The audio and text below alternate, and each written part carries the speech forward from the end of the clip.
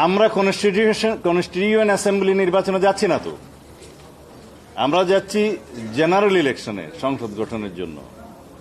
Constituent assembly একটা নতুন সংবিধান প্রণয়নের জন্য হয়। সেই সংসদ কি বেসিক স্ট্রাকচার চেঞ্জ করতে আস্তে পারবে? প্লিজ, সংসদ বেসিক স্ট্রাকচার চেঞ্জ করতে পারবে, সেটা বলা আছে। যদি সে বেসিক স্ট্রাকচার চেঞ্জ করে, সেটা লেজিটিমেসি নেওয়ার জন্য আর্টিকেল 142 অনুসারে গণভোটে যেতে হবে জনগণের কাছে, before the signature of the president. সেটাই নিয়ম। আর বেসিক স্ট্রাকচার বলতে কি বলা হয়েছে? এটা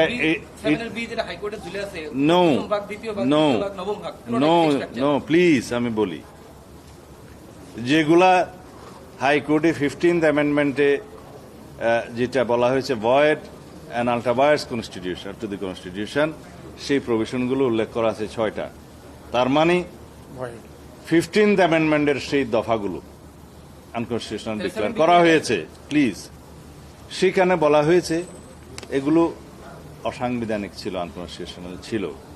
এবং 7 ক এবং খর কথা আপনি বললেন, সেটা নেক্সট পার্লামেন্টের এখতিয়ারকে ওখানে খণ্ডন করা হয়েছে এবং সংবিধানের প্রায় 1/3 অপরিবর্তনীয় ঘোষণা করা হয়েছে। সেটা নেক্সট পার্লামেন্টের এখতিয়ার।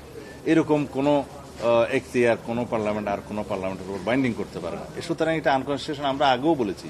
এবং constitutionality of the 15th amendment নিয়ে আমরা অনেক পেপারস জাতির সামনে উত্থাপন করেছি, সেগুলো এখানে বলা আছে। কথা হচ্ছে বেসিক স্ট্রাকচার চেঞ্জ করতে পারে কিনা, সেই উত্তর দিয়েছি আমি। আর পার্লামেন্টের যে এখতিয়ারটা আছে, সেই এখতিয়ারটা হচ্ছে যে কনস্টিটিউশনের বিভিন্ন প্রভিশন অ্যামেন্ড করতে পারে, ঠিক আছে।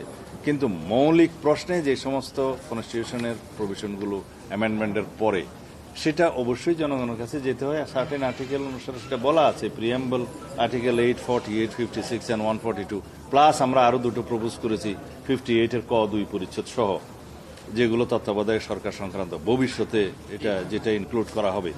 এগুলোর বাইরে যদি আপনারা বলেন nature of the constitution, character of the constitution and also as well as basic structure of the constitution, যেগুলো চেঞ্জ করার মধ্যে কিছু বিষয় আসবে। যেমন আমরা ডেমোক্রেসিটাকে অ্যাবলিশ করতে পারি না, সেই ক্ষমতা পার্লামেন্টের নাই।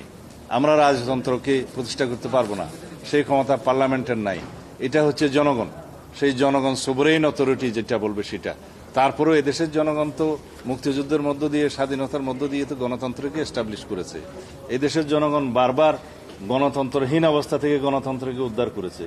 বারবার এই দেশে গণতন্ত্র বাধাগ্রস্ত হয়েছে বিভিন্ন সময়, সেখান থেকে এই জাতি উদ্ধার হয়েছে জনগণের আন্দোলনের মধ্য দিয়ে, অভিপ্রায়ের মধ্য দিয়ে। অবশ্যই সেই কথা তো আগেই বললাম, যেহেতু নেক্সট পার্লামেন্টে কিছু মৌলিক বিষয় অ্যামেন্ডেড হবে, যেগুলোতে আমরা এখন সম্মত হয়েছি ঐকমত্য কমিশনের সনদের মধ্যে, সেই বিষয়গুলো পরিবর্তনগুলো অবশ্যই রেফারেন্ডাম নিতে হবে জনগণের, এটা স্বাক্ষরের আগে, প্রেসিডেন্টের স্বাক্ষরের আগে।